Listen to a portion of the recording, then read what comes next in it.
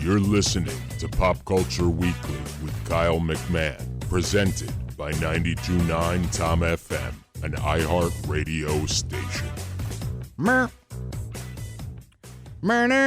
Hello and welcome to Pop Culture Weekly with Kyle McMahon. This is episode 13. Unlucky 13. I can't believe it. Today we are going to be talking about our Reboots a Good Thing. We've got hot clips coming up. We have a lot of good stuff. An interview with Jacob from O-Town. And I have a very, very, very special guest today. Christa Cooper! Hey, I even got some music and stuff. You did. That is your official theme song for Pop Culture Weekly. That's awesome. I'll take it. Thanks for having me. Thank you. So you are an on-air talent with iHeart Radio. You are the queen of 94.7 WDSD. Oh, wow. I don't know if I can claim that title, but I do work on the radio. How are you? I'm doing good. I didn't sleep last night. Oh, no. I've been so nervous about this today, in a good way. Right. But you asked me last week, like, hey, I would love to have you on when you want to be a guest on my podcast. And I'm like, I've never been on a podcast before. Right, which is wild to me. I know. So here I am. Last night, I was like, I can't sleep. I'm like, I'm going to be on the podcast. I'm like, I don't know. I'm not going to put it out that I don't know anything about pop culture, but I'm like, oh my gosh, I've got to study. I've got to really read up on my stuff because we need to be in the know or not. And that's okay too. Exactly. Right? Because we can't get to everything. But no, I'm happy to be here. Thanks for having me. I'm so happy to have you. So our first segment is what we call What's Out. What's out? You're so fun. What's out? So this week, I cannot wait for Captain Marvel. Yeah, my husband too. Yeah. It is the first woman-led Marvel movie, which is really cool. They were a little bit late on the ball there. Right? Come on. But it is so awesome. So just nerding out for a second. So there was a huge cliffhanger for the last Marvel film, Avengers Endgame.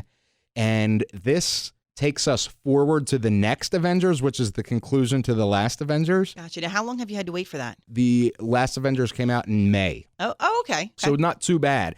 But this isn't the second part of the Avengers. It's essentially, it's a prequel. It takes place in the 90s, but then it ends setting up the second part of Avengers, which came in May. I'm so confused. It's like watching one of those shows where it's like, this is present time, and then we're going to flip back to 1982. Exactly. And then all of a sudden now we're back in present time, and you're like, where am I? Yes. And what just happened? Exactly. But that's exciting. It's that's super cool. exciting for me and Marvel nerds out there. There are so many Marvel nerds, and that's okay. Yeah. Like my husband being one. He goes nuts for this stuff. Yeah. Did you say you're going Thursday night to see it? Thursday night. Yeah. Yeah. I bought my tickets weeks ago. Are you serious? Yeah. You do that? Yep. That's what you do? Yeah. You just sit outside the movie theater and wait? No, I bought my ticket and my seat and all. Oh. So you pick your seat number, your row. That is a new thing at the movie theater, by the way. That you can, is it not new? Like a year or so. Oh, okay. I don't get to the movies often. That's amazing. Yeah, it's really cool. So if I know where I'm sitting, I have gotten to select my seat. Mm-hmm.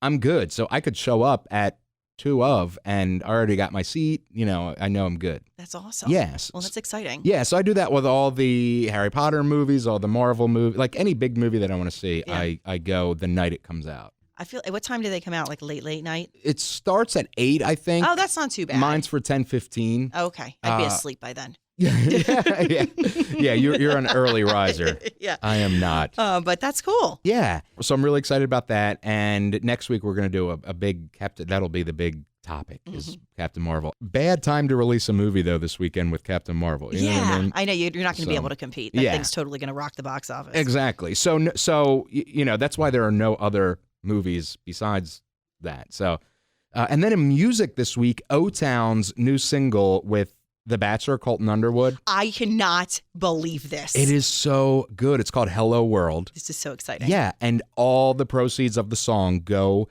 to a charity that Colton Underwood started, which is so awesome. And then, do you remember Dido? I saw this on your sheet here, and I'm like, is that what I think it is? Yeah. Yes, I remember. Yeah, from Eminem and all. Right. Yeah. So she has a new album called Still on My Mind. Wow. And I didn't know that she was still making music. So that's exciting. Good for her. Yeah. Right. I know. I was like, wait a minute, does that say Dido? Oh my gosh. Yeah. And cool. so I'm sorry. I was just say cool. Yeah. And then Juice WRLD, who is an awesome like kind of hip hop artist. He has his album Death Race for Love comes out this week. So I'm excited about that too. Cool. Yeah. Good stuff. And then our next segment is called What We Consume This Week. So, oh boy. What did we consume this week? What did you consume this week? Okay, so Are you wanting me to go first or you? I consumed. I saw this movie Greta, which I talked about on last week's episode. Yeah. Which is scary. You would hate it.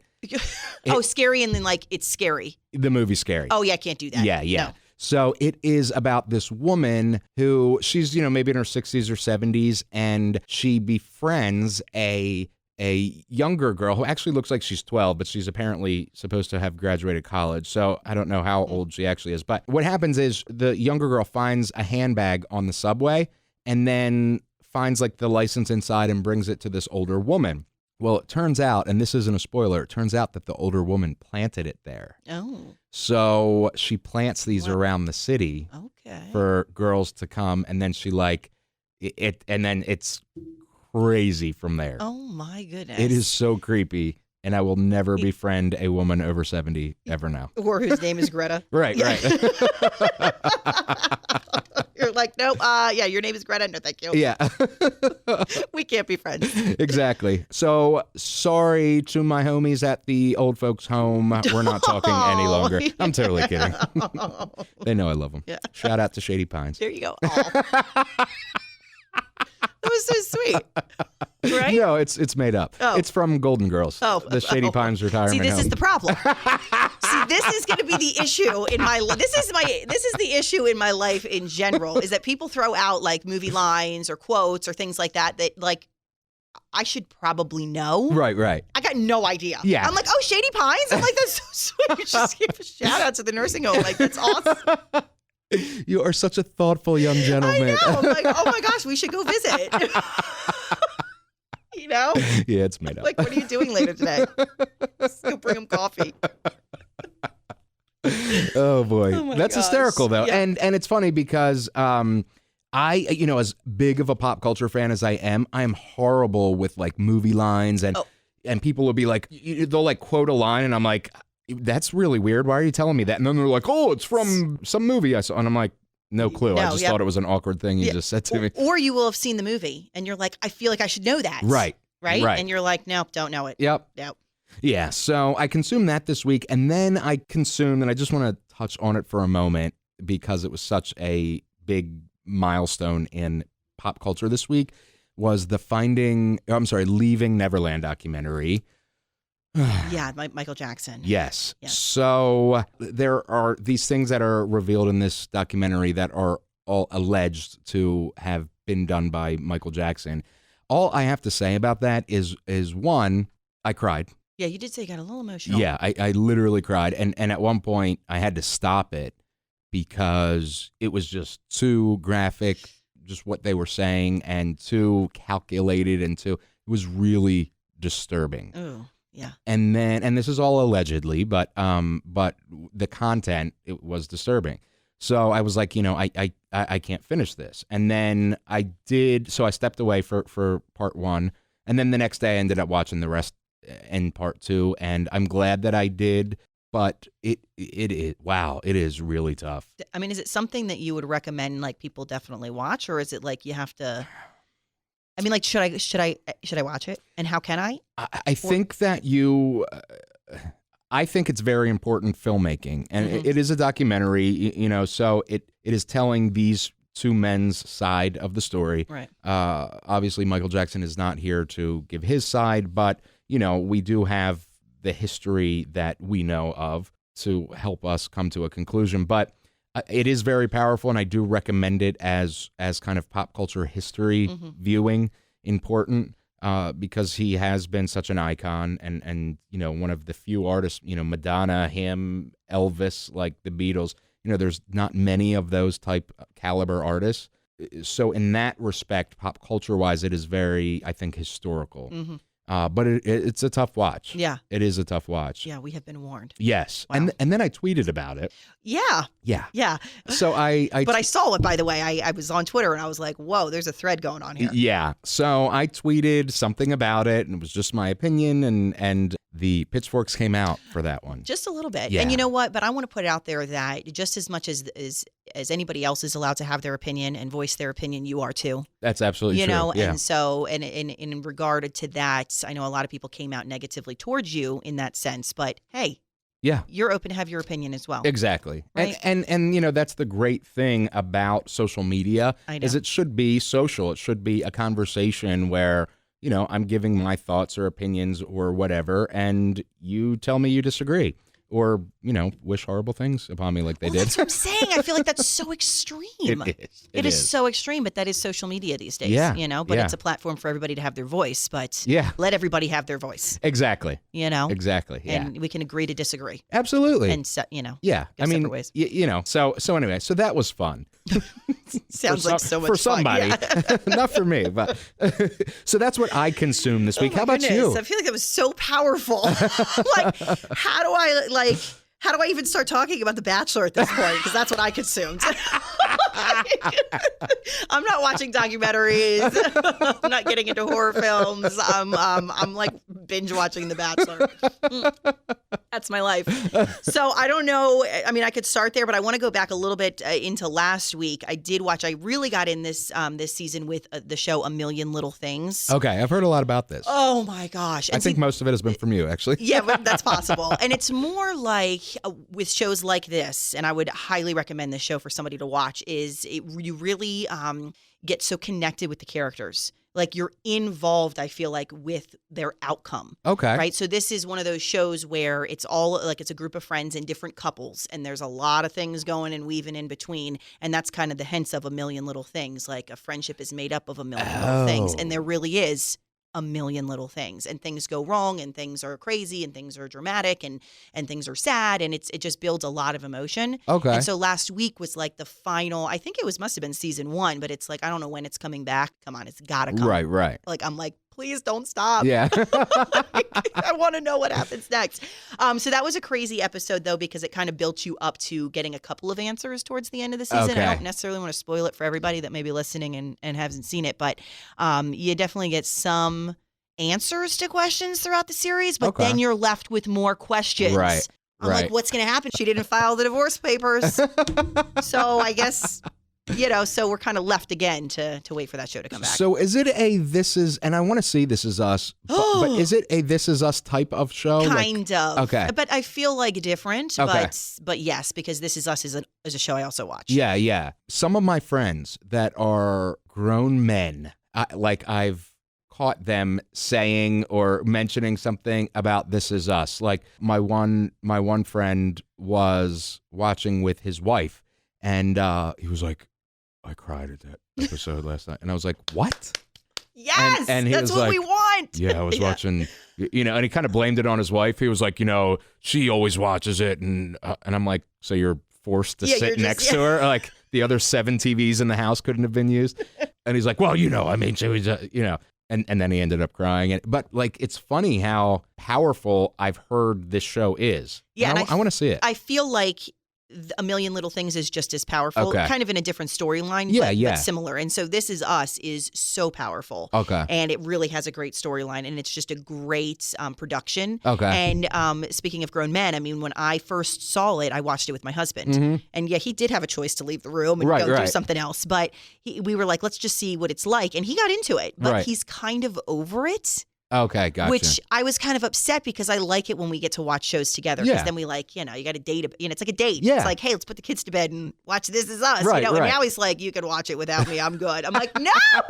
But then the next day he's like, so what happened? I'm like, well, if you want to watch watched it with me. So I will say that it came back on Tuesday night. I didn't get a chance to watch it, and so I watched it Wednesday morning. And I was drinking my coffee, had my moments. I was checking out the episode, and he did sit and watch it with me. Okay. So now there's like a million questions with This Is Us, like what's going to happen next and what's going Gotcha. on. And he's like, well, wait a minute, how pregnant is she and how far along is she? I'm like, oh, you're interested again?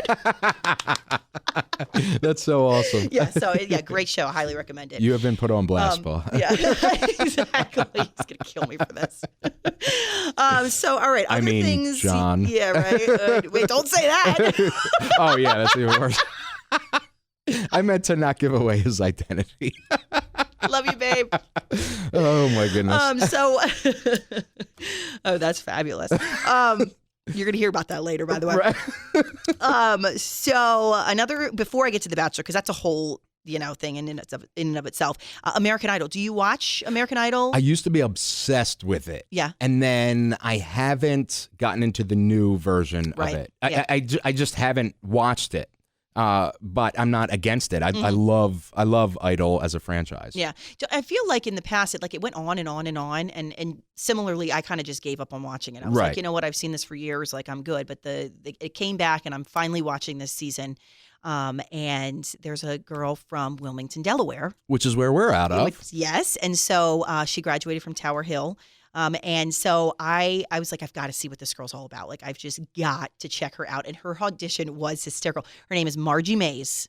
Margie Mays. And you have got to see her audition. She's like crazy pants in a good way. Yeah. In a good way. I am so all about Margie Mays, rooting for her till the end. But she is like cuckoo for Cocoa Balls. I mean, she is like doing bird sounds and doing like things above her head, and she's like freaking out. But it's like nerves, but like a really fun, bubbly personality, right? With star quality. That's awesome. So I'm like, you need that. And is she good, like vocally? Yeah. I mean, can I give a spoiler? Sure. I mean, she made it through to Hollywood. Okay. They gave her the golden ticket. Okay. Yeah.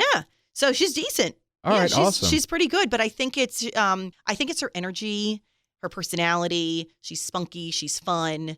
That I think they really, really enjoyed. I mean, Katy Perry at one point was like, this girl is crazy. Right. But like in a good way. Yeah. You need that type of positive energy. Yeah, so, that's awesome. Yeah. Did you know that Katy Perry's cat is named Kitty Purry? Oh, that's weird. No. Just your fun fact of the day. I feel like, what is it? Kitty Purry. I feel like that's really hard to say out loud. Kitty Purry. Kitty Purry. Right? Yeah. I mean, it makes sense. Kitty Purry. I would mess that up every day. I think that's so funny. Yeah, that is funny. But anyway, I heard that the new Idol doesn't focus on negative like the old series used to. Right. You know how they used to do like those crazy, wacky auditions like that and were stuff? obviously awful. And they were obviously awful, but it made for like funny TV. They have gone away with it, which I kind of miss. Right. I'm like, it was kind of fun. Yeah. And it brought a little bit of that. So they don't do any of that now. No, not that I notice. But Margie Mays, love you, girl. But she was a little bit wacky, but she was good. You know, so I think that kind of like drew the line there. It was like, wait a minute, are they bringing it back? Right. It's like, no, she was nervous. Right. And then The Bachelor. So we'll talk about that in hot clips. Okay. Because I know that you watched that. Okay. But we're going to hold on that for a second. What else did you consume this week? No, I feel like that wraps it, aside from The Bachelor that took up 2 nights. Oh, well, then let's get in to The Bachelor right now with hot clips. Yes. Hot clips. All right. That's fun. Okay, so The Bachelor, because I know you consume this, and everybody's talking about something about him jumping over a fence. Oh my gosh! But I will tell you, he's been found. No. So they couldn't find him? So fill me in. I feel like, and I don't know, I'm trying to backtrack how long they've been teasing this fence thing, but it's been episode after episode where it's like, bam, and they leave you with, him jumping over a fence, and you're like living up to it. Like, let's get to that episode. Okay. Like, finally, they get to the episode where we're going to find out why he jumps over the fence and what happens, right? So you're watching and you're like into it and it's emotional, and I'll get to that part in a second. And they still leave us with a to be continued. I'm like, you have got to be kidding me. I'm like, you've let us to this point. Like, you got us. We're here. And now we still have to wait another week. Right. Anyway, I am so consumed with the Bachelor worlds, and I have been for years. After every season, I say, I'm never watching again. I'm done with this show. I'm not coming back. There's nothing. No, I'm not doing it. And then The Bachelor returns. And I'm like, save, you got him in my calendar, you know? I'm like, all right, I'll be there. I don't know if I enjoy the wine on Monday nights by myself or The Bachelor more. I don't know, but I'm a huge fan. And I really want deep down for these relationships to work out. Really? I really do. And people don't, not everybody feels that way, right? Because you're like, really? Yeah. Yeah. Yeah, I don't feel that way. Because isn't this like 30 days or something? No, I think it's more spanned over like maybe 2 months. Okay, so 60 days. Like, I've had Redbox movies out longer than these people have known each other, and then they're going to get engaged. You know what I mean? I understand the engagement at the end is a little bit extreme, you know, but I guess for me, like, I do believe in love at first sight, and I do believe that you can build a connection with somebody off the bat, and so not everybody views it that way. Right. And maybe it's because it similarly happened in my own life. You know, when I saw and met my husband for the first time. You met him on The Bachelor? No. I know it came across that way. No. But when I met him, literally, I knew he was the one. Okay, wow. And similarly, he felt the same way about me. That's awesome. It was like an instant connection. Now, not everybody has that story. Right. But it does happen. Right. And so I think because I live with that and that's my life, I'm like, oh my gosh, no, it can happen. Yeah. I just don't know, because The Bachelor is so over the top with these extravagant dates and they're traveling the world and, you know, everything's kind of taken care of for them. How can you really find out about somebody in their true raw form if the show is kind of taking care of everything? Yeah. So that part I'm kind of like, Okay. Maybe dub the show down to like a little bit more real life. Right. So like Taco Bell dates rather than... That would be amazing. Right? It would be more the Kyle Bachelor. Exactly. But like, that's what happens. Right. You know? Yeah. So anyway, so I'm kind of two-sided on it. But either way, it consumes my worlds. And that is one show, by the way, my husband does not watch with me. He's like, but when he like pops into the room, he's pretty hysterical because he'll kind of like do his own commentary on the side. I'm like, stay, you're great. So anyway, so Colton, he's down to, I'm trying to think, he was down to 3 girls this week, and it was the fantasy suite dates. Which is where they spend the night in. Yeah. And is it just the girl and the Bachelor? Yes. Okay. No, it's not all the girls in the Bachelor. Okay. I was going to say, that seems kind of lopsided. And this is on ABC. Geez. Right. But, okay, but he's a virgin, right? He is. So what happened? I know. Well, we don't know. That's the problem. Oh. No, we do. We know a little bit. So he's down to the 3 girls, and they kind of have worked him up to, you know, about his virginity. And the girls that are left are kind of like, you know, it is what it is. Like it's not something that they're turned off by in any way. It's not like, you know, I'm not going to, you know, I don't want to get married because you're a virgin. But he kept insinuating that when it happens for the first time, it's going to be with somebody really special. He's going to make it passionate, and it's going to be with somebody that he loves. And so as a viewer, you're like, well, he can't sleep with all the girls. Right. You know what I mean? Like now you've built it up to this point where it's like, you're going to sleep with the one you love. Then like you can only sleep with one of them. Yeah. Right. You can't like now experiment with the final 3. Right. That's how I saw it. Right. So I'm like, okay, here we go. So he goes on the first fantasy suite date, and that was with Tayshia. And I think Tayshia thought something would have happened that night. I think each girl probably like physically. Would have yeah. Okay. I would think. So they go into the fantasy date, and they don't show you what happens. I mean, it's like they turn off the lights and the cameras go dark. You know what I mean? Like, okay. And I think it's important for the people on the show to have that, because it gives you a little bit of off-camera time. Now, I don't know. Maybe the cameras are still around. They don't really get the private time. I don't know. But from a viewer standpoint, it's like, oh, let them just shut the door and like just have a moment, you know, to themselves without cameras and things in their face. That's interesting. So they do. So that's what they show. So you don't really know what happens. But Tayshia woke up the next morning, although excited to be waking up next to him, was like, not everything happened that I thought would have happened. Interesting. Yeah, okay. So, and is that who you thought was going to seal the deal?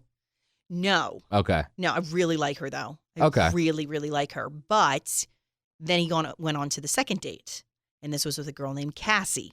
Now, I've been a fan of Cassie from the beginning, and my girlfriends online are like, I don't know why you liked her from the beginning. I'm like, no, you don't understand. Like, this was my girl. And he's like head over heels in love with this girl.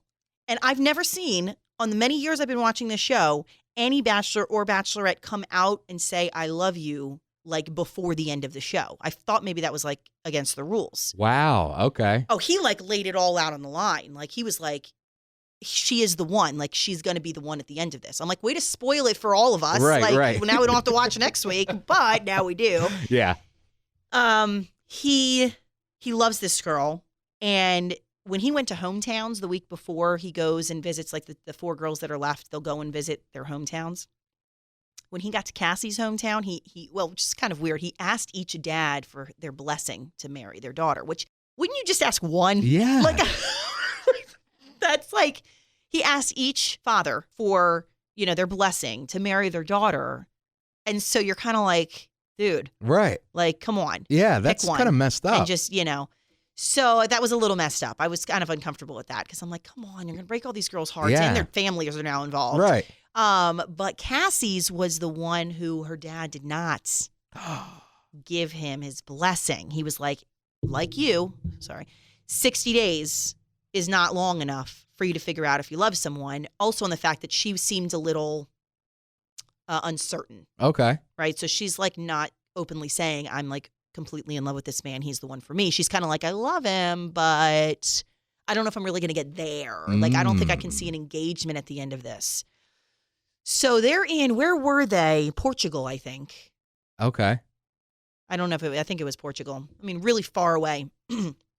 And they're on their one-on-one, about to go into the fantasy suite date. And he tells her, hey, I just want to let you know, like, I asked your dad for his blessing and he told me no. Right? Oh, my Lord. Drama. Yeah. So she breaks down. She was like, I don't understand why he would say no. Like, I thought he'd trust me in my decisions and how I feel. Wow. And so she started to question everything. Wow. Because she wants her and like all of us, absolutely. You want your family's approval. And if you don't have it, you're kind of then question your whole relationship. Right. You're like, can I really have this guy around if my dad doesn't like him? Exactly. It's like, no. Yeah. And it wasn't that he didn't like him. I mean, he was a little, but he wasn't overly excited about him. But so anyway, so she gets all dramatic. And the next thing you know, the dad shows up in Portugal. Right? Like, is that not like, this is not real life. Like, helicopter parenting. Couldn't a phone call have worked? Right. Like, I'm going to, you know what? No, I got to get on a plane and I got to show up. Right. And so he shows up and at the fantasy suite. This was actually in between the daytime date and the fantasy suite. So they planned that just right. Yeah. It's convenient. His plane flew in right on time. Exactly. Right? So he comes and surprises her in the hotel room when she's by herself. And she's like, what are you doing here? And so he kind of has this conversation. I wanted to let you know that, I support you, but you don't seem 100% in this. So, just, follow your heart and follow your gut. And if you don't see an engagement and if you don't see like you can get there with him, you've got to let him know. Okay. And although that makes sense, Dad, right. Did you have to fly all the way to Portugal to tell me that? Couldn't you send a text, Dad? Or and I'm thinking, a FaceTime. I'm thinking if she's expressing that, why wouldn't the dad as a supportive parent be like, you know what? Keep dating him. Right. See where it goes. Right. You know what I mean? Like, you seem really interested. You say you love him. Like, see where it goes. Instead, he's like, you got to let him know you can't get there. So ultimately, he goes into the night like, I am head over heels in love with this girl. And she's like, I can't do it. Wow. But he was like, it was so sweet. In a way, he was like, no, you're the one. Like, I will wait. We don't have to get engaged. We can leave the show right now and just date. Like, you haven't even met my family yet. He's going on. Like, I want it to be you. Not begging in a bad way, but like nothing I've seen on the show before. Right. Like stating his case. He's like, I love you. It's you. You're the one at the end of this. And she's like, I got to go. Interesting. So she leaves. Like after leaves 45 Portugal minutes or whatever. Well, she's like, I'm off the show, right? So they put her in the van. Those. So she leaves the show. She says goodbye. Wow. Kissing and I love yous all over the place. And she's like, bye. I'm like, what? And then he's like, you know what? I'm done with this. So he jumps the fence in the middle of Portugal. And so that's when it's all built up to like, where did he go? Right. And so you're like, he left the show. He must have left. Like, how can you pick one of the other girls now? Right. Exactly. Okay. I don't think you can. You can't be like, oh, the one that I loved, she left the show, so I'm going to pick one of you guys. So I'm going to love one of you two now. No, like, you can't do that. Right. So the show must be over. But no, the most dramatic season finale, The Bachelor, next week. Which could be this week, depending on when you listen. But this is... I need to get on this not get on. I need to watch this Bachelor show. Yeah. Seems like it's going to be. Well, you're it's going to be a big hit. Welcome to come over anytime. Got red wine. Just sit back and relax and watch. Watch the Bachelor. So yeah, but I will tell you, Colton had been found because then the Women Tell All came on, and he's there. So they found him in the woods of Portugal. It's he didn't so get he went lost. into the woods. I guess he was running. I don't know. Yeah, he was gone, and then they left you with the ... to be continued, and you're like, no. Oh, my goodness. So we'll see what happens. I'm hoping deep down that Cassie returns. The show would do something like that. Right. Like maybe they did this on purpose to get people like me all worked up. Right. Right? I'm like, she obviously genuinely concerned. She obviously comes back. Right. So it's either this is my theory. She's either going to come back before she leaves Portugal. Okay. She's going to be like that sobbing mess in the van that they drive off in. And turn around, I've made a mistake. And it's going to be... As she's like walking onto the plane, wait a second. Yeah, exactly. It's going to be something like overly dramatic. So that's my theory. The other theory is that, he's got to let the other girls know. They somehow find a way to kind of end the show. And he found her, because it's, they filmed last fall or whatever. He had maybe found her after the show and maybe hopefully that they're secretly dating and can come out once the finale airs. Interesting. Yeah, I'm like invested in this now. Yes, you need to watch this. Yeah, it sounds amazing. It's good. It's so dramatic. It's just over the top drama. But anyway, so that took an hour and a half for me to explain, but that's what's going on. That's my life. That is incredible. Yeah. So, wow, where do we go from there? I don't know. See? It's taken over my life. So two things. So, typically I don't do tabloid style stuff on this show because, I don't think it's anybody's business who's dating who and all that stuff after we just talked about The Bachelor. Yeah, but right. they're putting that out, on purpose. So, and I just think some of the tabloidy stuff can get trashy. So I typically don't focus on this, but there are two stories that I'm going to get tabloidy with. One is the Real Housewives of New Jersey, Danielle, 1 week after finalizing her third divorce, is now engaged for the 21st time. Oh, no. Yeah, which is insane. It is. Now, okay, Wow. So that's point one. So I'm going to talk about these together. Article number 2 is Pete Davidson and Kate Beckinsale. Yeah. Who, Kate Beckinsale is absolutely beautiful. Pete Davidson is hysterically funny. He's from SNL. Yep. And he dated Ariana Grande. So now they're an item, which, who cares? Some people are talking about the age difference. Good for them. But here's my problem. So Pete Davidson broke up with his fiance and then like 3 weeks later started dating Ariana Grande and then started getting a bunch of tattoos, got engaged to her. Like they got the tattoo ring and, all that weird stuff. And then, not that I'm judging, and then broke up with her. And then like 2 weeks later is with Kate Beckinsale. Yeah, he is doing something right. Is to get it the right? ladies because no, that is not right. But I mean, he's getting the ladies. Yeah, absolutely. But do you have to date all of them? No. It's like, have you ever been single, bro? Did you see that? I think it was like TMZ or something. It ran into her ex. Kate Beckinsale's ex. Yes. No. I can't remember what his name is. Anyway, ran into him and was talking to him about his relationship with Kate back in like 2017 or something. And he said it was very complicated and, whatever, but it would never work out. But they were like, do you have any advice for Pete, in this new relationship? And he was like, run. I was like, ouch. And then, there was more to it. Like, it was just complicated for us. And I hope they find happiness and I hope that they're happy. But run, dude. I'm like, oh, my goodness. I just think that, when you look at somebody like Danielle, if you've been engaged 21 times and your latest engagement is 1 week after finalizing your third divorce, Or for going to Article 2, you broke up with your fiance and a couple weeks later started dating somebody else and then got engaged to her, and then a couple weeks after that are now dating somebody else. Maybe it's you. Yeah. You know what I mean? And I don't mean this like there's something wrong. He is hysterical as an artist. Like I love him as an artist. I'm just saying, bro, maybe chill on like finding like relationships. Be single for a year. Yeah. Or you can date a little bit here and there, but it doesn't have to be like a committed relationship. You know, like go on some dates. Just because you go on 2 dates doesn't mean that you're like together. Right. You know? Yeah, getting my Twitter feed filled up with your tongue down Kate Beckinsale's throat at some basketball game. And I'm like, bro, weren't you just all upset about the love of your life, Ariana Grande, like a month ago? Yeah. Mm-hmm. Got over that really quick. Yeah. It's sad. Anyway, so there's my soapbox of tabloid makes sense. trash today. Yeah. I like it.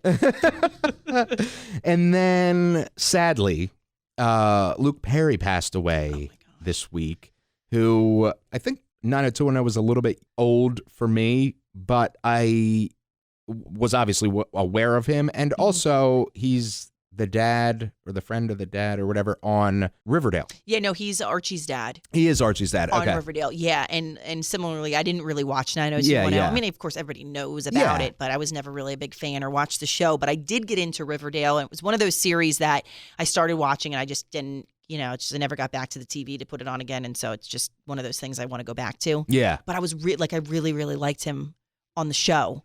And I like the show. As the dad. Yeah. Like I like him as an actor. I liked him on the show, and I actually really liked the show. So that was really sad news. Yeah, that's awful. Well, he had the massive stroke at 52. Yeah, he was 52. Yeah.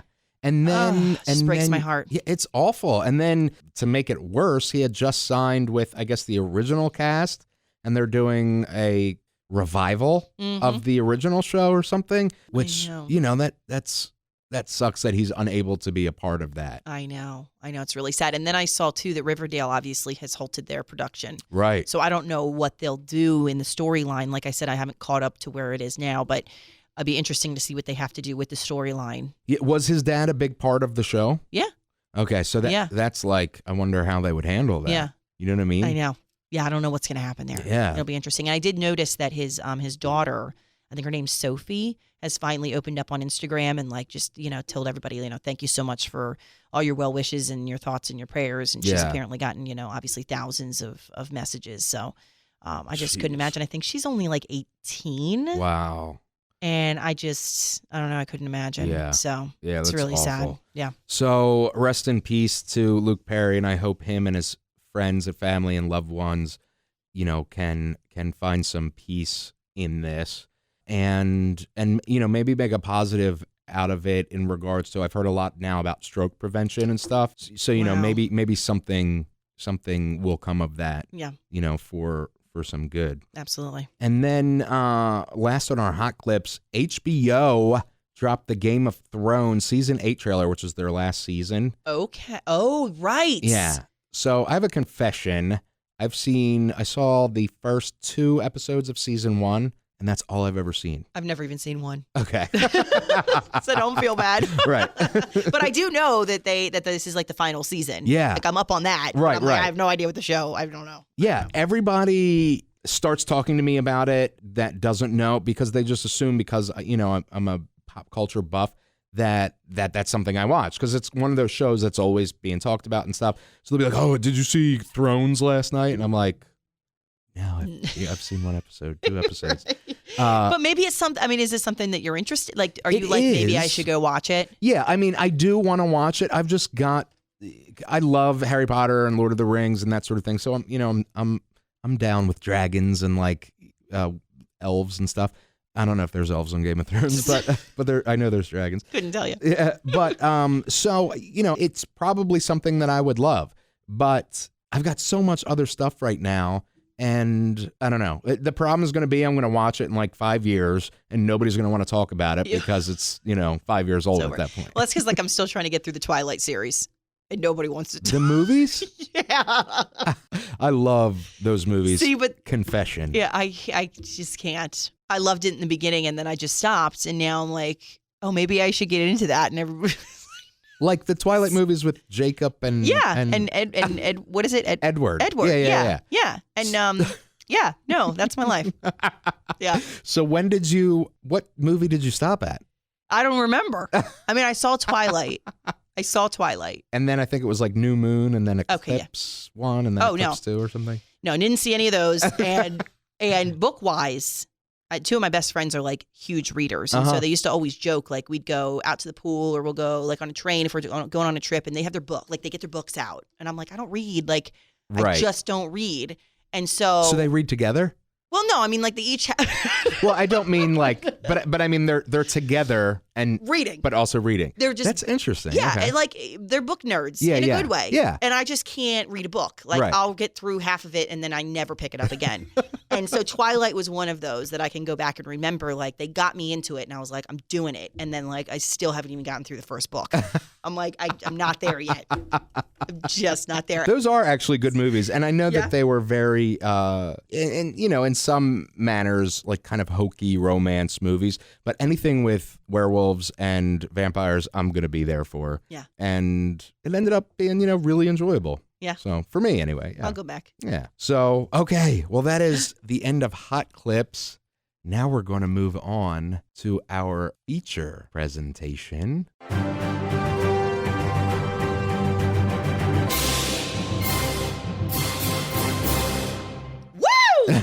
I really got to find a shorter. That was great. I got to find a shorter thing. Anyway, okay. So, are reboots and revivals a good thing? Oh man, I think it depends on the show and what we're talking about. Okay, you have like television. So the first kind of revival that I was really aware of was the X-Files, which was my favorite show of all time. Is my favorite show of all time. When I was little, when that started, I wasn't old enough to watch it. So I wasn't allowed to watch it. So what I would do is record it, and then when the parents were away, I would sneak down and watch it. You did that? Yeah. You rebel, you. I know. They'll never know. They'll never know. And then I got to high school, because this show was on forever. I got to high school, and I could watch more of what I wanted. This is my choice now. Exactly. I'm an adult now. Yeah, right? And but anyway, it was one of my favorite shows of all time, and I was obsessed is not even the word. Like literally, if it was on a magazine, I owned that magazine. Oh, wow. And still do to that day. And like every single like toy and tchotchke, they had like X-Files shot glasses, like everything. I owned it. Oh my and goodness. Still do. I have it in like a things at my parents' basement. Tupperware, the like big a Tupperware. Box? Like a box? A box, but it's like the but big it's plastic, Tupperware like ones. Tupperware? Or no, like Tupperware. You put like your leftover pasta in or something, or a sandwich. Like it's made out of like the same stuff as yeah, Tupperware. it's like a storage bin. Yes, a storage bin. Ah, there you go. I'm like, man, there's a lot of Tupperware containers down in that basement. That would be really creepy though. Yeah, if right? I had like, I know you're like, here's my clipping. Here's my magazine clipping in Tupperware. And Tupperware comes in all those different sizes. So you're like, this one was this. And I got this one over here for this. It's like, dude, you could have just gotten a bin. Right. One all in one. Oh my God, that's so creepy. Oh Lord. All right, so it's in a storage bin. Yes, Okay. it is in a storage Okay. bin. And a couple of them actually. And so then a few years ago, there was always rumors that they were going to do more movies and stuff like that. And they did a couple of movies and then stopped. And then I thought it was kind of dead as a franchise. Boom, we get this announcement that the X-Files is coming back. All original cast continuing with the original story, blah, blah, blah. I had a party at my grandmother's because she loved the X-Files. I love this. And so I invited a few people over, and I made, and I'm a horrible cook, I made cupcakes with like X-Files oh my gosh. themed cupcakes. Oh, you did that. That I saw online, and I was like, I'm going to make X-Files cupcakes. And let's just say they did not look edible, but they were delicious. Nobody else wanted any, but but I ate them. Yeah. So and then we had like a viewing party, and it was awesome. And I got to expose the X-Files to my godson, Oh, okay. which was really cool. Oh, that's cool. Yeah, so he was like, kind of at the age where he could potentially start getting into it because he likes scary stuff too.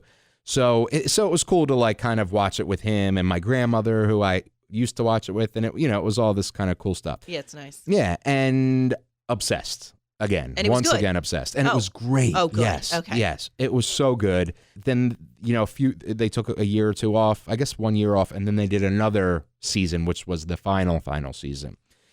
And that was a really long way to say I loved the revival of the X-Files. Didn't really have a point with that one. I think it's amazing that the original cast comes back. Yeah. Like, that amazes me. Yeah.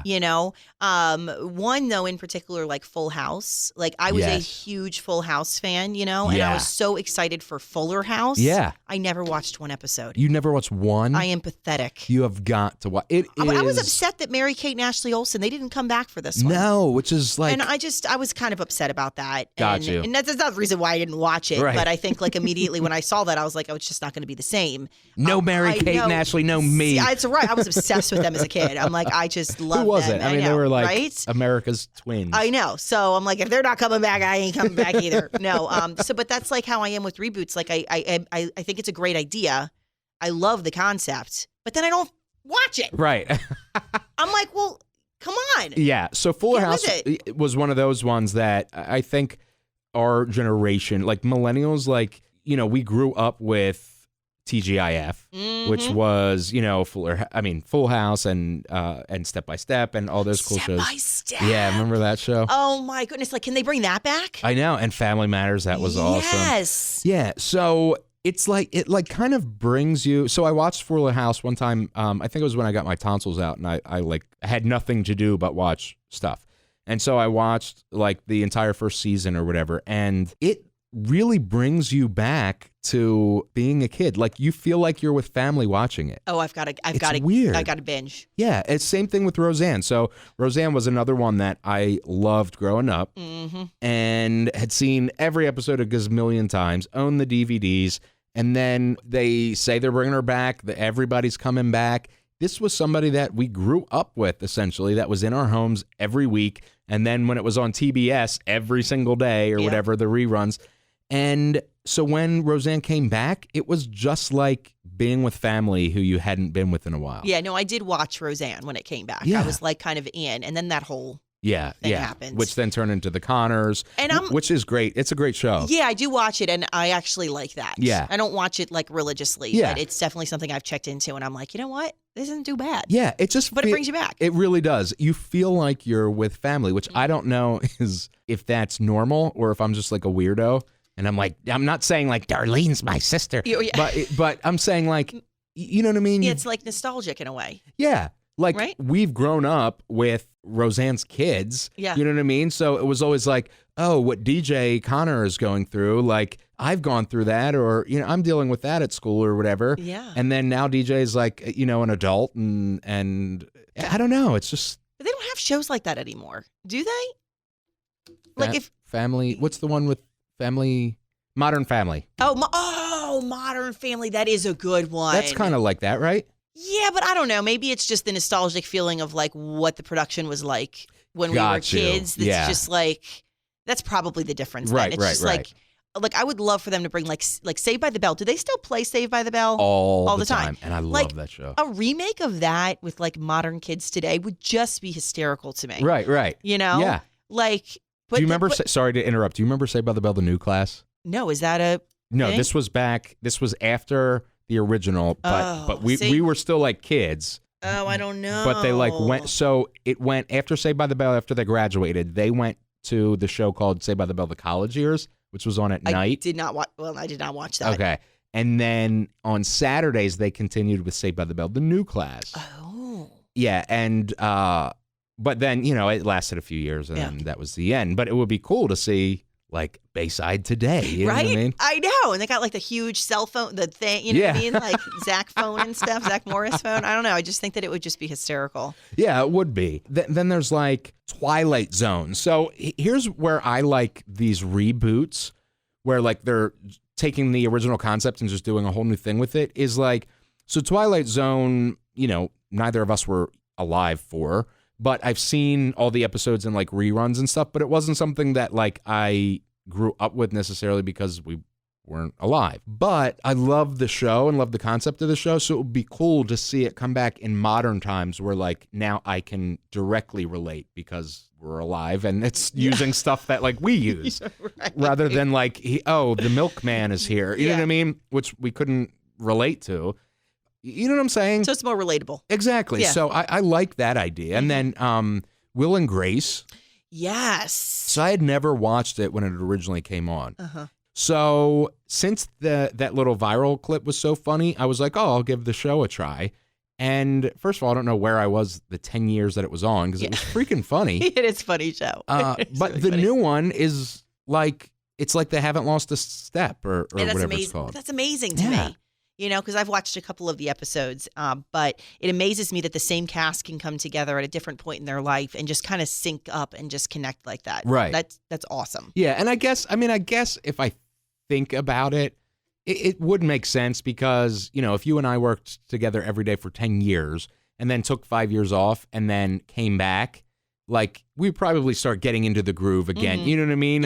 Yeah, But it's weird as like a viewer. Yeah. To think like, because then they went off and did all these other shows, like the X-Files, Scully, who I used to be in love with. I mean, who I still am in love with, but she is, you have no idea who I'm talking about. Nope. I'm going to look her up online.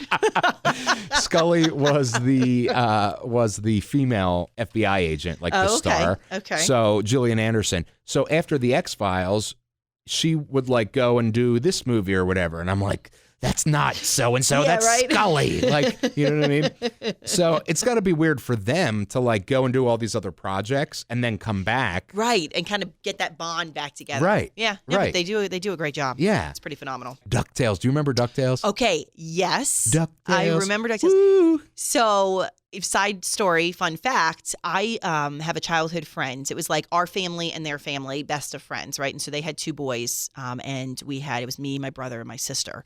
And one of the names, the older brother, his name's Bob Snow. He moved out to California years ago. He's a writer. He wrote for New Girl. Oh, New Girl. nice. And he actually wrote like 6 episodes for DuckTales this last time it came out.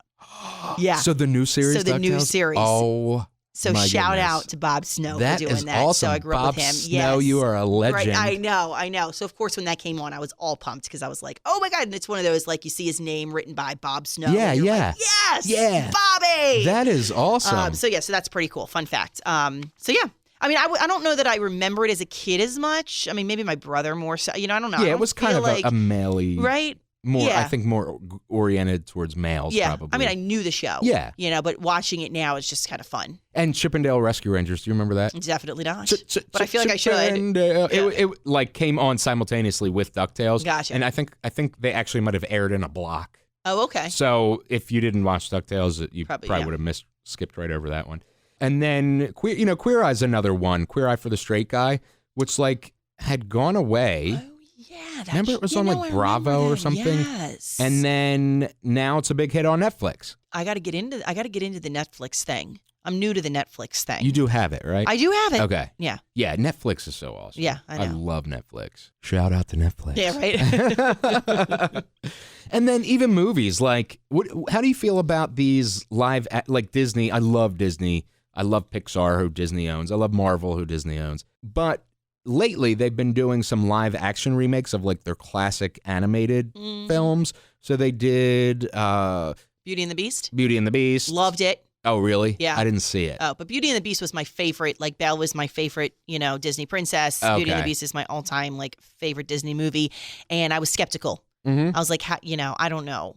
Like, I don't even know if I want to see it because Right. I don't want to hate it. Loved it. Okay, that's how I feel about The Lion King, because that was my favorite. Yeah. You didn't see The Lion King? No. Wait, what? No, as a kid. Oh, yeah, that's No. what I'm talking about.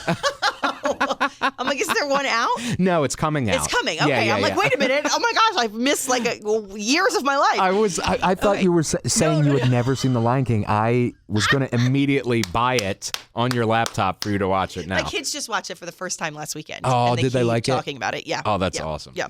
Yeah, so that's exactly how I feel about The Lion King, though. I'm like, that was my favorite Disney movie. Ugh, like, I think they're doing a good job. yeah. And especially for like at our age and watching a movie like that, like there's a little bit of that nostalgic feel, Yeah. but there's more of a present feel. Absolutely. I don't know. I like it. I like it. Did you see the one? It was with Angelina Jolie. Mm-hmm. I'm like drawing a blank. She played the villain of Sleeping Beauty, and she had like the horns in the movie. Oh, yeah. No, I didn't see that. I'm totally drawing a but blank. I know what you're talking about. But that was really, really cool. Yeah. And it basically told the story of Sleeping Beauty from the villain's point of view, which was really like a fresh take on it. And it changes it up. Yeah. Yeah. So I thought Maleficent. Yes. Yes, that's it. No, I didn't see that. But Yeah, yes. that's a good one. You should watch that one. Yeah, and now they're doing like Dumbo. I can't. The Dumbo trailer, I am going nutso. I'm like, I have got to see this movie. Yeah, I am really looking forward to that. Yeah. But then there's Aladdin. Oh, yeah. And all the controversy over Will Smith. Yeah, I love Aladdin. That was one of my favorites. Yeah, I love Aladdin too. But it looks like they pasted Will Smith's head on a blue Shrek. You know what I mean? Yeah, I mean, the internet went nuts. Yeah. Over Will Smith. I love Will Smith. Yeah, me too. I may look at it like, is that the role for him? Right. I don't know. And especially coming off of Robin Williams. I know. That's such like an iconic. I know. And so it's almost like, was Will Smith really the right pick, or should they have picked, because it's, Robin Williams was the original voice, like should they have really gone with more of a comedian maybe type voice to kind of fill that? Yeah. Or even somebody totally off that you wouldn't think of, just to distance yourself like completely so there's no even thought of Robin Williams. Maybe that's a way to look at it too. I don't know. People are going nuts, but I love Will Smith, so I'm kind of like okay with it, because I'm like, you know what? I love him. So. Yeah, and I love him too. I just can't get over how he looks. Looks. You have this, $100 million movie, and then it looks like I made it on my phone. Yeah. You know what I mean? Like, no, I know. Who did the graphics? You're right. Yeah. So it'd be interesting. Yeah. So now they're like having a new Charlie's Angels, which is cool. I mean, for like people that weren't old enough or whatever when the original came out. But I feel like enough time has passed for that. But then you have like the Spider-Man franchise. Uh-huh. And so the first Spider-Man came out in like 2000 or 2002 or something. And then part 2 came out, then part 3 came out. But then they rebooted it like 2 years later. And they came out with The Amazing Spider-Man, which was a whole reboot with new cast and everything. Then they came out with a part 2 of that. And then that didn't do well. So then a few years later, they rebooted it with Spider-Man Homecoming, which came out like 2 years ago. Oh, wow. So in a span of 14 years, they've rebooted that movie completely 3 times, which I feel like is a little bit much. You're taking it a little too far. Yeah. And then Daniel Radcliffe. So, I'm a huge Harry Potter fan. Apparently. Huge Harry Potter fan. Yeah. And so Fantastic Beasts 2, which is a spinoff. So Daniel Radcliffe, who played Harry Potter, just recently said in an interview that he's anticipating that the Harry Potter franchise is going to be rebooted, which I would cry probably. Like in a good way or in a like? No, in a bad way. Oh. Because like these have been a part of my life since, those books came out when I was in grade school or high school or something. Like, it's been most of my life. Right. And then the movies started coming out, and I would go and see every Harry Potter movie in the theater, just like I go and Marvel, the night before and all. And now I do an annual trek to Hogwarts, which is the Wizarding Castle. You do that? It's in Universal Studios.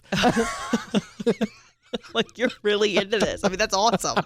That's like dedication and passion. And and I bring my wand. I swear to God, I'm not kidding. Oh, this is true. Is this not another one of those like you slid it in and I'm like, oh yeah, Shady Point? No, this is true. This is a real thing. I got a wand there. So they've recreated parts of the Harry Potter world at Universal Studios. Okay. And so you get a wand in the Ollivander Wand Shop, which is the shop from the books and the movies. Oh. And then it interacts with things in all of Harry Potter world. So I could be walking by. Cool. Yeah. So I could be walking by like one of the chocolate stores, and I'll wave my wand, and like the plant in the window will like grow or something. It is really cool. Yeah. Oh, that is cool. All right, that's cool. So I'm walking around Harry Potter world, the Wizarding World is what it's called, at Universal Studios, waving my wand around. Just waving it around. Yeah. Getting plants to grow and stuff. Exactly. And that's my annual trek to Hogwarts Castle. That's awesome. Yeah.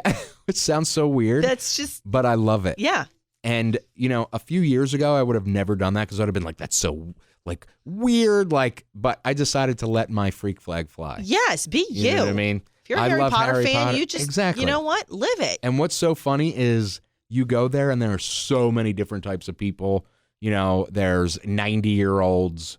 I mean, I didn't ID them, but, they look 90. And there's little kids. You know what I mean? Yeah. And everybody in between. Yeah. And it's like a United Nations of wizards and witches. Mm-hmm. Yeah, and even muggles, which muggles is non-wizarding people. Oh, okay. That would be me. Yes. Yeah. So anyway. Well, there's a lot. It's a lot of rebooting going on. Yes. One more I just want to mention real quick. Absolutely. The Sandlot. Yes. Which classic. just was announced, I think, this week, maybe earlier this week, that it has been sold, like the classic movie, like the story has been sold to a streaming service. And we don't really know any other details. We don't know what streaming service yet? No, I don't think it announced Okay. what streaming service, but it's going to be coming back as a TV show, like as a series, not as a movie, with the original cast. Yes, that is awesome. So, how do you even do that? Yeah. Yeah. Is it going to be, are they playing the same age that they were in the movie? Or are they playing adult versions? I don't know. I don't know. I don't know. I got to read more into it or wait for it to come out. I don't know, but I'm excited about that. That one. is exciting. Yeah. Were you a Karate Kid girl?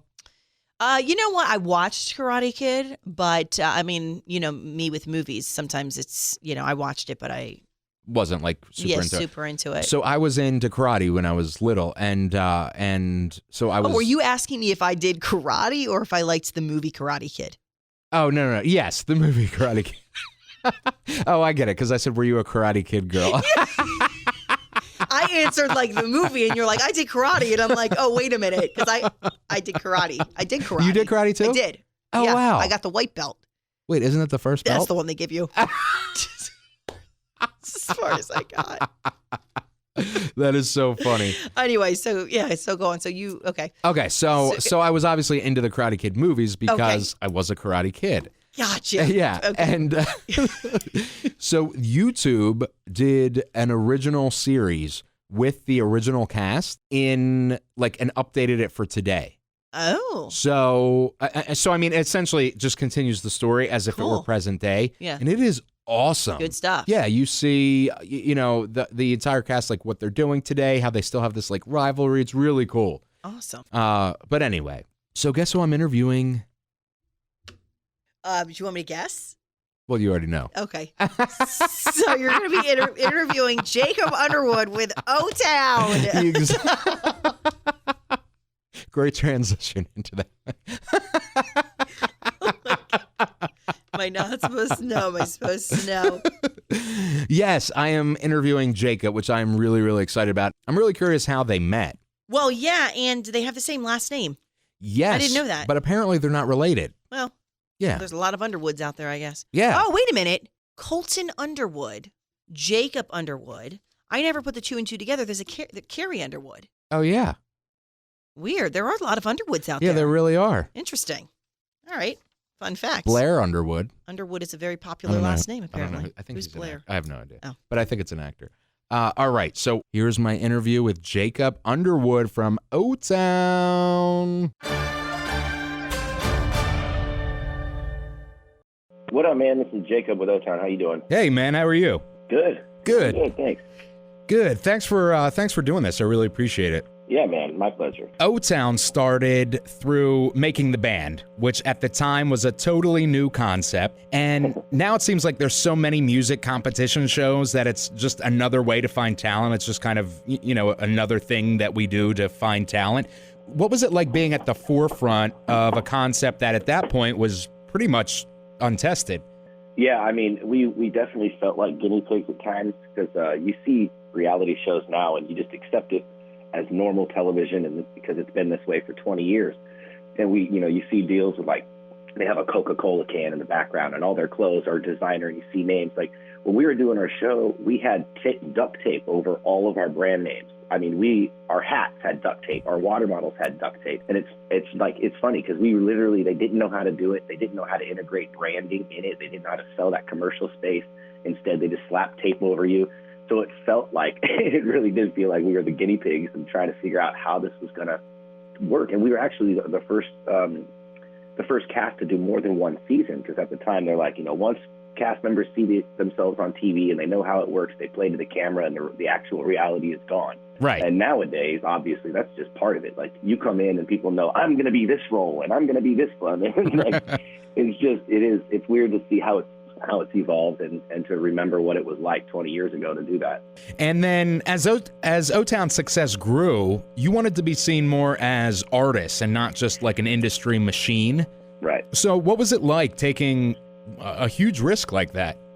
Well, I mean, I think the whole thing was a risk to begin with, because the truth be told, the first season was supposed to end with us failing. That was the idea, was like, okay, let's show how we put these bands together, and then let's show how hard it is, and have them do their first concert and have it be the last episode, and show them that it's just not that easy. Wow. And that's kind of what happened. Like, we wrapped with the first season. We didn't have a second.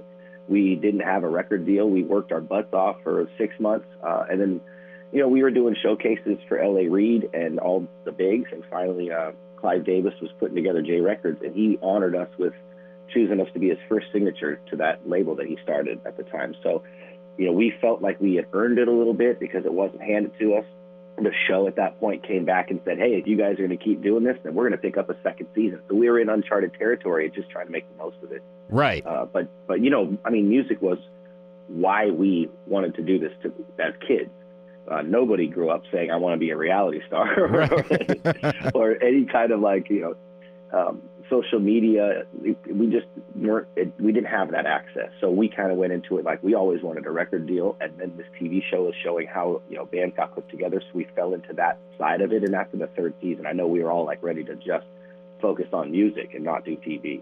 Yeah. And then it's interesting because now, you really kind of set the tone for all of these, musical competition shows going forward. Yeah. I mean, it's all about timing. So our audition for Clive Davis, he decided to fly in somebody that he has worked with for years and trusted, and he had put together a successful boy band called Westlife. So he trusted Simon Cowell's opinion, and he flew him into New York for our audition. And Simon was sitting there with the cameras around. We were shooting our television show, and he was just like, so what is this? What is going on? And we kind of tried to give him the backstory about, they followed us through the audition. They followed us in the house. These cameras that are in our audition for you today are putting together a TV show, and we kind of explained the whole thing for him. And lo and behold, he takes that idea and creates Idol. Right. And I mean, he did that like about a year after he met us and signed with Clive. And it's funny that he was able to take it and kind of combine. Star Search was big when I was a kid. Right. That show, right? Yeah. Oh, yeah. Yeah. Like, I loved that show. We would, as kids, we were like, okay, we got to be on either the Disney Channel or we got to get on Star Search. Right. Right. So it's funny to see how he combined that, the reality of what he saw us doing, the reality show aspect, back with what always worked, and that competition aspect. Yeah. It is pretty incredible, and it's awesome that you kind of took the stage for, or set the stage with essentially the precursor to Idol. Right. I mean, I have a feeling that the meeting that we had with him and him asking all the questions about the show, and then him starting it about a year or so later, I think we definitely had a hand in spawning the idea. Yeah, that's pretty cool. The timing of everything, it's crazy how it works out. Absolutely. So then you guys took a hiatus and did your own thing before coming back together again with the record and touring. What had kind of changed when you came back? Oh man, so much. I think that's why we were excited to do it, because so much had changed. We were kids when we got put in this band. They saw potential in us. And I think I should have relaxed and enjoyed the process more, because I just was I wanted to be in so much control over every situation and what songs we were doing. And, I learned to just relax and enjoy the moment, but I also went and put myself through business school. I had got my degree and was working on my MBA. So I was set on getting a master's. And then as I'm learning, branding and how much money was spent on the brand O-Town, I was sitting in class like, if anybody can pick up the brand O-Town, it's us. There's only 5 of us on the planet that can pick this name up. We're dumb not to do this. And we all have this chip on our shoulders still. They trusted us as kids, but not that much.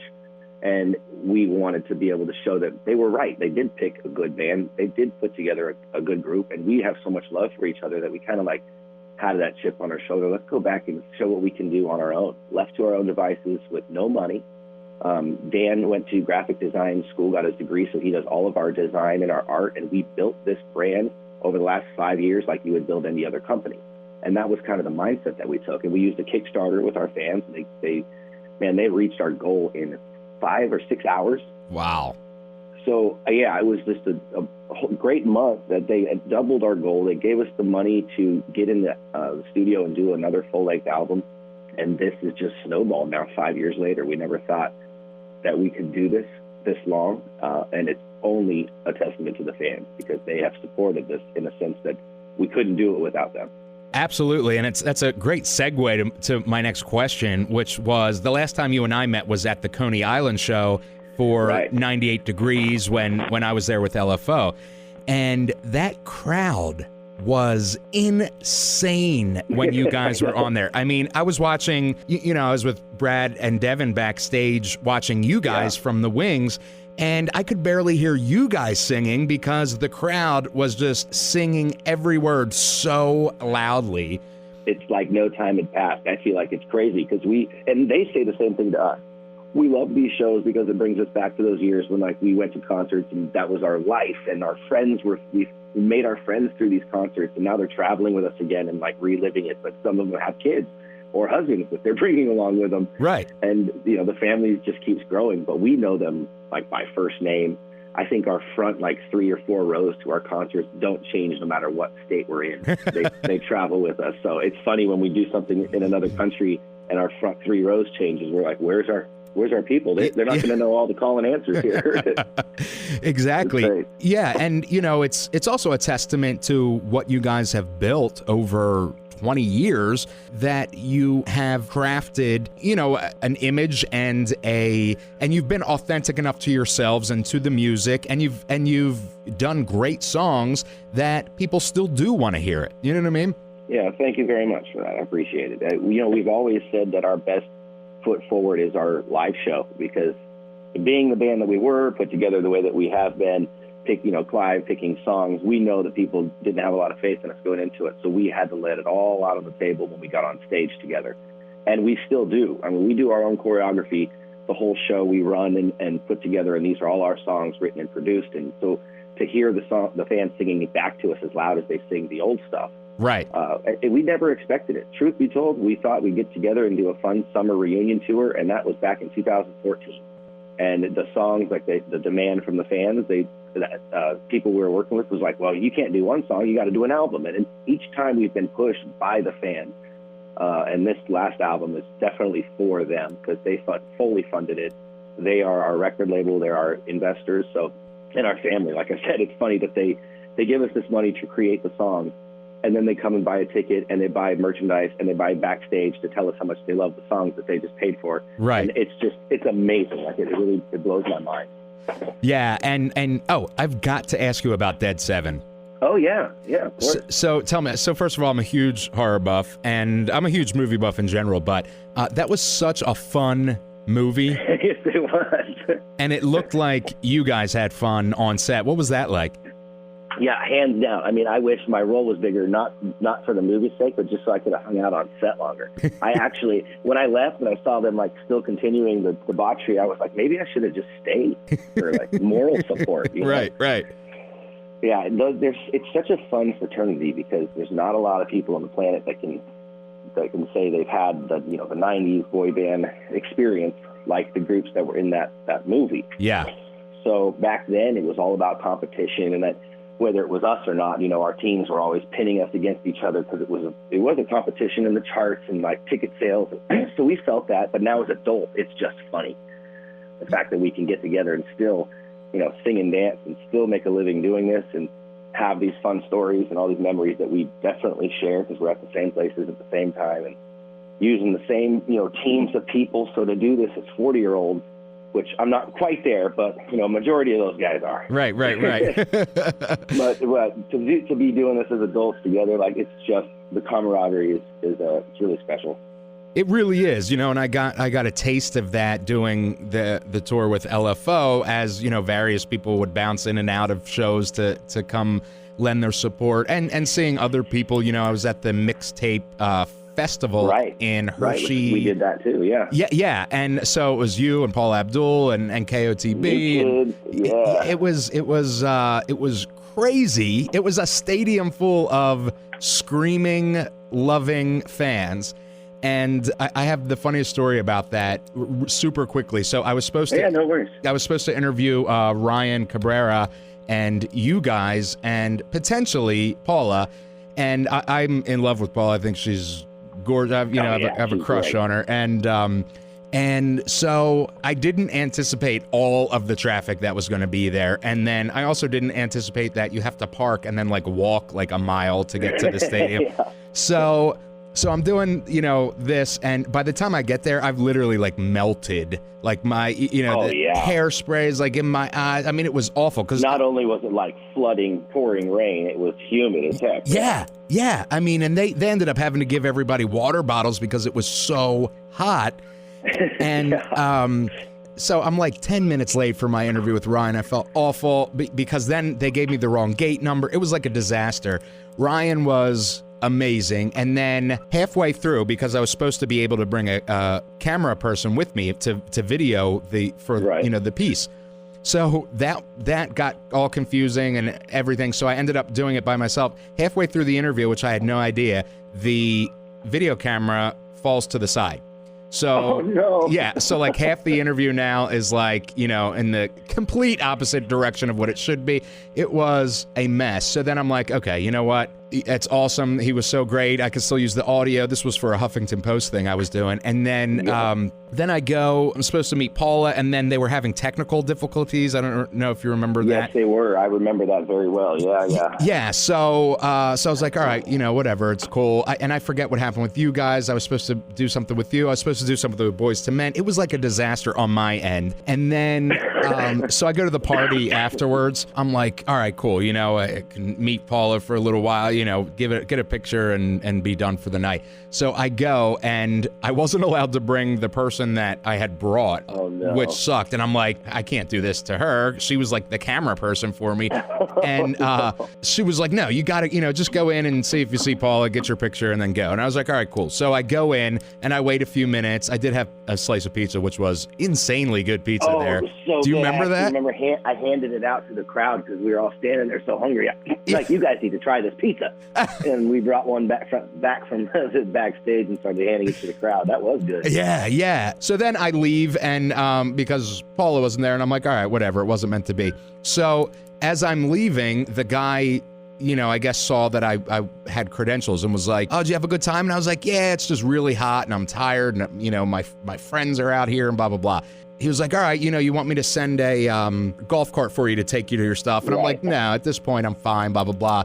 And he was did you meet Paula Abdul? And I was no, she wasn't there. He was yeah, she was. And I was no, I was there, in that, roped off corner part or whatever, where you guys were. Right. Yeah, right. And he was yeah, she was standing right at the entrance. And I was no, I was literally there for 10 minutes. I did not. And he was oh, she left probably about 10 minutes ago. And I was okay, you know what? You did not have to tell me that, sir. I'm going Right, you screwing with me now or what? It was a disaster, but the show itself, every act put on a insane show full of high energy. All that tens of thousands of people in that stadium just freaking out. It was incredible. It was a special day for us because it was the first time we had played for new kids, and started a cool relationship there because they're older brothers, and still hoping to get on stage every time we can. We love to doing that and hope we can in the future. But Boys to Men was our first show opening up in O-Town in 99. Oh wow! So full circle. It was funny. They get out, and either Wani, I think it was him, he started waving his hand at us, and Dan and I are standing on the deck, and both of us turn around to see who he's waving at. And under my breath, we turn around, I'm holy shit, he's waving at us, dude. Right. we were little kids, he remembered us, oh my God. So that is day, awesome. Seeing all the, rekindling the old friendships and seeing them perform, which is amazing every time. And then Ryan Cabrera, we still do shows with him on Pop 2000, which we started after that. It's been going on for a year now. Yeah. And we brought, the same kind of thing, like you said, in Coney, when they had LFO come out. So we bring Lance Bass out. He hosts the night. And then, when he's there, we got to do an NSYNC song. And he's been gracious enough to come out and do the choreography and have some fun with us too. So that's awesome. Yeah, we keep it going, man. It's really fun. That's so awesome. So you have a new single with Colton Underwood, the Bachelor, called Hello World. How did that come about? Yeah, so Colton and I had met about 6 years ago when he was playing for the Chargers, San Diego Chargers. And I'm San Diegan myself, love the Chargers. So we did a charity event, a dodgeball competition, and we had our names on our back. And everybody's like, you guys need a picture. So that was when we met.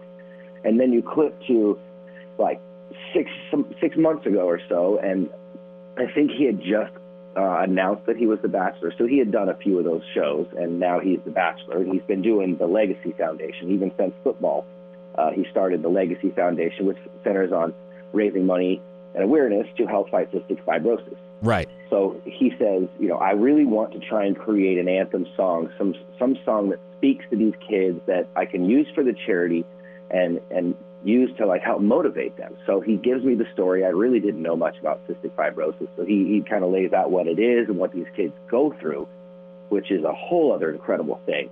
So I'm soaking up everything I can from what he's saying. And I said, okay, I've got this idea for a chorus called Hello World that I've been working on. And I think that this is going to fit and I can mold it perfectly to what you're telling me. So went home and wrote the song, and that just came out about a week ago. So all the proceeds for this song go to his Legacy Foundation to raise money. And I said, do you want to come in the studio? I mean, you want to sing on this? Or what kind of role do you want to play? And he's like, no, man, I can't sing. Well, if you're coming into the studio, we're going to put you behind the mic. And, right. And we're going to see for ourselves that you can't sing. So he's a ham. Like he gets in there, no fear, which is always trouble when you get somebody in the studio who's never been in there. They clam up. Because right. It's like, you got 20 people staring at you like, go, do something great. Right. And he's just having fun and hamming it up. And I said, I'm going to use that. Just watch. So it took my partner and I, who co-produced it with me, we took the vocal that he laid down and I chopped every word and played it on the keyboard and created this cool synth lead part. So when it came in, I'm like, that's you, bro. He had no idea he was going to be used, but it was a fun way to throw him in there. The song wouldn't have happened or probably wouldn't have come together the way it did without him approaching me when it did. So again, it was a God thing. It was a timing. Couldn't have been better.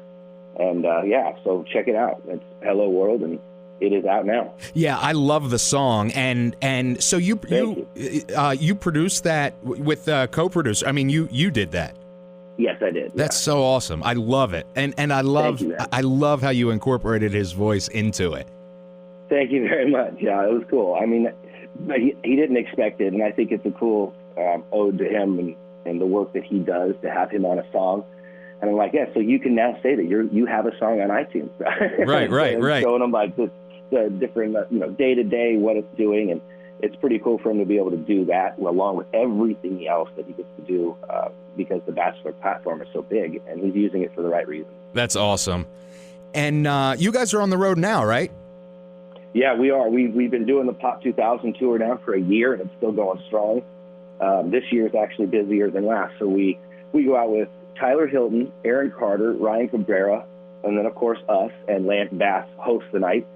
And it's been a lot of fun. Like every night still, everybody that buys a T-shirt, we go out there and take a selfie with. And then we see the same, 100 people every single night. And we stand there for an hour or so after the show and just love it. We soak it up to be able to see them face to face. And like I said, thank them personally for all the support and allowing us to do this.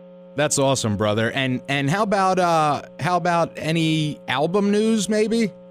Absolutely, yeah. So the Kickstarter album is now done. We have just been working nonstop for the last 2 years, writing and producing, and we've got so we did 5 songs that we put out right away. Right. And now we finished the album with part 2. We'll combine it with another 7 new songs. Oh, that's awesome. This Hello World being the first one off of it, right? Of course, for the Legacy Foundation. But I'm actually going to get off the phone with you and start going through the final mix and masters of this album. So it's that close. Awesome. And any news on when we can expect that? How soon? Yeah, it's going to be this summer. I really hope that it's going to be May. Okay. We do want to put out a hard vinyl this time, not just digital, and make it something collectors for the fans that donated. Awesome. Because this whole project it's funded by them. Like, right. This is their project. So we were very careful with the songs. We think this is our best work to date, and we fully believe that. I cannot wait for people to hear what we've been able to do with the fans' Kickstarter money. It's really exciting to have these new songs, and like I said, with us on tour to be able to add new music. I'm really excited for them because they've been singing the same songs now for the last 3 years, hoping for new music, and here it comes. Right. That's so awesome. Well, Jacob Underwood, thank you so much for doing this, talking to me today. I really appreciate it, brother. I can't wait to see you on the road. And yeah, we'll be on your side very soon. Yeah, absolutely. I'm going to come out and see you. And I can't wait for the new music. I'm really looking forward to it. Yeah, man, I can't wait to share it. So keep an eye on the O-Town socials. It's O-Town Official. And then otownofficial.com is the website, and that's how you can keep up with the shows that are being booked. We've got a full July and August we're about to announce, and VIPs and all that fun stuff, so you can keep up with us there. Awesome, and we're going to have all of those links on our stuff as well. So thank you so much, Jacob. I really do appreciate it. My pleasure, man. I'll see you soon. All right, brother. All right. All right, so what did you think, Christa? That was pretty cool. Yeah, he's awesome. I know. I had no idea how Colton and him had met from the beginning, so I think that's cool. Yeah, that was a really good story. Like, it all started with charity. I mean, that was really cool, and they're such great guys. All the boys in O-Town really are nice guys, and it seems like Colton Underwood is a nice guy, too. Yeah. Like, in real life. Yeah, no, I know. I think that's awesome. Yeah, so that's really nice to know. Yeah. Especially for you being such a huge Bachelor fan. I know. I want to see what happens. Right. I'm like, oh my gosh. Come on. I can't wait for Monday. So where can we find you? Where can you find me? Yeah. All right. Well, let's see. So I do a show on 94.7 WDSD out of Wilmington, Delaware. And so you can find my show on the iHeart Radio app. So you could definitely check me out there. You can also find me on all the social platforms from Facebook to Instagram and Twitter. What's your handle? So on Facebook and Instagram, it's Christa Cooper. Just search for Christa Cooper. And then on Twitter, it is at Radio Christa. Okay. And my name is CHRISTA. CHRISTA. Yep. And I'm going to have all of the links up on the show notes page. We're on Stitcher and Spotify now, which is pretty cool. So, of course, we're on the iHeart app and Apple Podcasts. And now we're on Stitcher and Spotify. And so stacking up there. So that's Nice. pretty cool. Yeah. That is exciting. What did you think about your first podcast episode? Okay, I love it. Good. It was fun. Yeah. I can't believe I didn't sleep last night over it. Yeah, it's easy. I know. Just hanging out. Well, yeah, it was really fun, and you're just so easy to get along with. And, Thank you. and we have fun, and it's great spirit. So Thank you. Thanks for having me. I cannot wait until your podcast. Yeah. No pressure. Well, this was my first, I'm like, I got to get my feet wet. Absolutely. I would love to do a podcast. Yes. So you've been a great support for that, trying to get that up and going. So I'll be sure to share some news Awesome. when that happens. Yeah, and we'll have the links up on our stuff too, so people can go Cool. follow you. So You're the best. awesome. Thanks, well, Kyle. thank you for coming out, and thank you all for listening. This show is growing every single week. It is incredible, and I love you all for it. We are at Pop Culture Pod CA on Twitter, Pop Culture Podcast on Facebook, and I think that's it. So in any event, I will see you next Thursday-ish. We're going to be talking about Captain Marvel. You're listening to Pop Culture Weekly with Kyle McMahon, presented by 92.9 Tom FM, an iHeart radio station.